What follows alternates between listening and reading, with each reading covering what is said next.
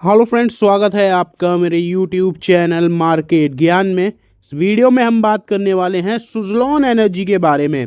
सुज़लॉन के लिए यहाँ पर एक बड़ी अपडेट निकल कर आ गई है और ये आई है जियोजीत की तरफ से। जियोजीत फाइनेंशियल्स ने सुज़लॉन को पिक किया है और यहाँ पर कुछ टारगेट भी बताए हैं। टारगेट पॉजिटिव है, नेगेटिव है, वो सारी चीज़ें हम यहाँ पर देखेंगे और जानेंगे कि आखिर क्या कुछ जो नंबर्स हैं वो आप यहाँ पर एक्सपेक्ट करके चल सकते हो, क्योंकि आपको भी पता है कि बहुत जल्दी सुज़लॉन के Q2 के नंबर्स भी आने वाले हैं। और ऑलरेडी आपको ये भी पता होगा कि मैंने अपने चैनल पर सुज़लॉन के प्रीव्यू भी डाल दिया है, यानी कि जो ब्रोकरेज हाउसेस हैं वो क्या सोचकर चल रहे हैं, Q2 के नंबर्स कैसे रह सकते हैं, उसके बारे में ऑलरेडी इन्फॉर्मेशन मैंने अपने चैनल पर अपलोड करा है। उस पर रीच थोड़ी थी कम थी, तो आप चैनल में जाकर देख लेना, आपको वीडियो दिख जाएगी। सुज़लॉन Q2 प्रीव्यू रिजल्ट के नाम थे। तो चलिए ये वीडियो स्टार्ट करते हैं। तो आज का जो मार्केट रहा वो आपको थोड़ा सा पॉजिटिव रहा। इवन अगर हम बात करें मिड एंड स्मॉल कैप की तो वो बहुत ज़्यादा पॉजिटिव रहे। यहाँ आप देख पा रहे होगे कि सेंसेक्स में लगभग 400 पॉइंट की रिकवरी, निफ्टी 50 में लगभग 150 पॉइंट की रिकवरी, निफ्टी बैंक 170 175 और वहीं मिड कैप 560 पॉइंट से ऊपर देखने को मिला। यानी कि आज का ट्रेडिंग सेशन काफ़ी ज़्यादा पॉजिटिव देखने को मिला है। मोस्टली स्टॉक्स ग्रीन जोन में क्लोज होते हुए नजर आए हैं। वहीं सुज़लॉन में भी आपको तेजी देखने को मिली। एक टाइम पर ड्रॉप आ गया था, आप यहाँ तक देखोगे तो इस स्टॉक में ड्रॉप देखने को मिला था, लेकिन फिर रिकवरी देखने को मिली और हल्के फुल्के करेक्शन के बाद यहाँ पर क्लोजिंग हुआ। लेकिन ओवरऑल देखा जाए तो एक पॉजिटिव क्लोजिंग जो कि लगभग 0.91% की है और शेयर जो क्लोज हुआ है वो हुआ है 53 रुपये 25 पैसे पर। आज यहाँ पर 53 रुपये 53 पैसे का जो हाई है वो बनाया था, तो लगभग अपने हाई की तरफ की क्लोजिंग देखने को मिल रही है। इन सारी चीज़ों को कंसीडर करने के बाद अभी भी पिछले 5 दिनों में नेगेटिव रिटर्न्स हैं, पिछले 1 महीने में भी नेगेटिव है, 6 महीना थोड़ा सा पॉजिटिव है लेकिन ये कंसीडरेबल नहीं है। और YTD और 1 साल में आपको बड़े करेक्शन, बड़ा डाउनफॉल देखने को मिल रहा है। बहुत सारे अगर आप यहाँ पर देखोगे तो जो इन्वेस्टर हैं उनके लिए ये डिस्काउंटेड वैल्यूएशन है, तो बहुत सारे लोगों के लिए ये गिरावट है। तो देखने का नज़रिया अलग अलग है। आइए बात करते हैं डायरेक्टली जो रिपोर्ट निकल कर आई है। और सबसे बड़ी बात, आपको पता है कि दिवाली आने वाली है और दिवाली पर करा जाता है निवेश, और उसी के अकॉर्डिंग अगर आप यहाँ पर देख पा रहे होगे तो कुछ अपडेट है। दिवाली स्टॉक पिक्स 2025, यानी कि यहाँ पर मुहूर्त ट्रेडिंग भी आपको पता है कि मुहूर्त ट्रेडिंग जो है वो होती है। स्पेशली 1 घंटे का जो ट्रेडिंग सिनेरियो है वो ओपन करा जाता है, उसमें लोग मोस्टली बाइंग करते हैं। तो यहाँ पर अगर आप देखो तो क्या लिखा है, इसको मैं हाईलाइट कर देता हूँ, ये आप देख पा रहे होगे। दिवाली स्टॉक पिक्स 2025, दिवाली मुहूर्त 2025 पोर्टफोलियो में 12 दमदार शेयर चुने हैं जो आने वाले साल संवत 2082 में शानदार रिटर्न्स दे सकते हैं। आप सभी को पता है कि जो हिंदू कैलेंडर के अकॉर्डिंग 2082 जो है वो चल रही है, तो यहाँ पर दिवाली से अपनी न्यू ईयर भी स्टार्ट हो जाती है, तो उसके अकॉर्डिंग एक अच्छा स्टेप लेना चाहिए। और उसी के अकॉर्डिंग यहाँ पर जियोजीत इन्वेस्टमेंट ने अपने दिवाली मुहूर्त 2025 पोर्टफोलियो के 12 स्टॉक बताए हैं। आइए चलिए एक एक करके देखते हैं क्या कुछ यहाँ पर सिनेरियोस निकल कर आते हैं।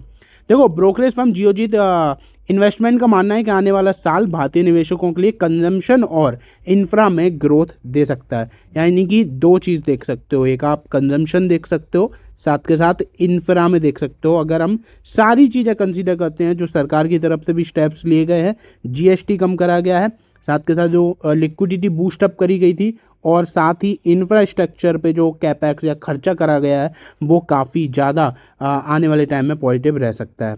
अब यहाँ पर सबसे पहला स्टॉक जो है वो यहाँ निकल कर आता है state bank of India, SBI यहाँ पर इन्होंने कंसीडर करा है। SBI करेंट मार्केट प्राइस है 874 का, और यहाँ पर इन्होंने बोला है कि रिटेल और MSME लोन ग्रोथ इनकी काफ़ी ज़्यादा बेटर हुई है। विकसित भारत मिशन में इनका अहम रोल जो है वो रहने वाला है, तो यहाँ पर SBI को कंसीडर किया जा सकता है। बात करें अगर हम 2 बेहतरीन स्टॉक्स के बारे में जिनमें अभी थोड़ा बहुत करेक्शन जरूर चल रहा है, लेकिन है ये कंपनी बहुत ज़्यादा ट्रिमेंडस, यानी कि इन्फोसिस और HUL यानी कि हिंदुस्तान यूनिलीवर लिमिटेड। आप सभी को पता होगा कि इन्फोसिस बेहतरीन कंपनी तो है ही है, साथ के साथ एआई और ऑटोमेशन से इन्होंने मार्जिन में काफ़ी ज़्यादा सुधार करा है, वैल्यूएशन अट्रैक्टिव है, तो इसलिए इसको लॉन्ग टर्म के हिसाब से कंसीडर किया जाता है। लॉन्ग टर्म का प्लेयर एचयूएल भी है। ग्रामीण मांग और टैक्स रिलीफ से उपभोक्ता खर्च इनका बढ़ेगा, जिससे इनको फ़ायदा होगा। फिर बात करें Maruti Suzuki, axis bank, UltraTech cement, Tata consumer product, hero MotoCorp, फिर आता है अपना सुजलॉन एनर्जी। सुजलॉन एनर्जी यहाँ पर इन्होंने दिवाली मुहूर्त ट्रेडिंग के लिए कंसीडर करा है और बात करी है कि 5.7 गीगावाट का जो ऑर्डर बुक है वो बहुत ज़्यादा इंप्रेसिव है। साथ के साथ फाइनेंशियल ईयर 27 तक 40% से भी ज़्यादा के कैगर की कमाई उम्मीद जो है वो लगाई जा सकती है। यानी कि ओवरऑल देखा जाए तो सुजलॉन एनर्जी के आने वाले टाइम में आपको दिन बहुत ज़्यादा पॉजिटिव नज़र आ सकते हैं। ब्रिगेड एंटरप्राइजेस, कैनफिन होम्स और एचजी इंफ्रा इंजीनियरिंग्स का भी यहाँ पर जिक्र किया गया है। आप मुझे बताइए इन 12 स्टॉक्स में से आप कौन से स्टॉक में मुहूर्त ट्रेडिंग पर निवेश करने वाले हैं।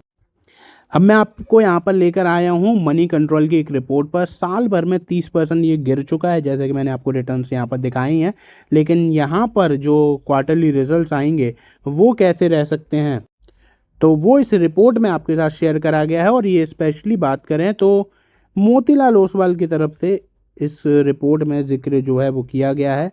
हाईलाइट करता हूँ इस चीज़ को जो हम डिस्कस करने वाले हैं। यहाँ पर सिंपल सा लिखा हुआ है कि मोतीलाल ओसवाल ने जो पुनर्अनुमान लगाया है और बोला है कि सालाना आधार पर, ईयर ऑन ईयर बेसिस पर जो इनका रेवेन्यू है वो 32% से बढ़ सकता है, 32% से बढ़ सकता है और बढ़कर पहुंचेगा कितना, 2785 करोड़ पर। ठीक है। और इन्होंने बोला है कि कंपनी ने सितंबर तिमाही में लगभग 365 मेगावाट विंड टरबाइन का एग्जीक्यूशन किया है, जिसका फ़ायदा यहाँ पर मिलेगा आने वाले टाइम में। अगर आप देखते हो तो ये बहुत ही बड़े लेवल पर जाते हुए नज़र आ सकते हैं। हालांकि अगर आप EV/ITDA के बारे में बात करो तो इन्होंने अनुमान जताया है कि EV/ITDA मार्जिन जो है वो 15% के आसपास रहेगा। कंपनी का मुनाफा अगर आप देखोगे तो पहले से कम हो सकता है, यानी कि जो 200 करोड़ के आसपास का मुनाफा था वो इस बारी 199 करोड़ के आसपास आ सकता है, ऐसा मानना है Motilal Oswal financial services limited का। क्योंकि ये ऑलरेडी इसमें इन्वेस्टेड भी हैं, लेकिन इन्होंने ये अच्छी बात है कि जानबूझकर चीज़ों को ओवर हाइप नहीं करा है। रिजल्ट जो इनको लग रहे हैं वही इन्होंने करा है। ऐसा नहीं किया कि इन्वेस्टेड है तो रिजल्ट कुछ ओवर ही बता दें, क्योंकि चीज़ें तो सामने आ ही जाएंगी थोड़े दिनों बाद। तो ये चीज़ अच्छी लगी। फिलहाल वीडियो में बस इतना ही। वीडियो अगर आपको अच्छी लगी हो तो प्लीज़ एक लाइक ज़रूर करिएगा, और अगर आप चैनल पर फर्स्ट टाइम विजिट कर रहे हो सब्सक्राइब जरूर करिएगा। धन्यवाद।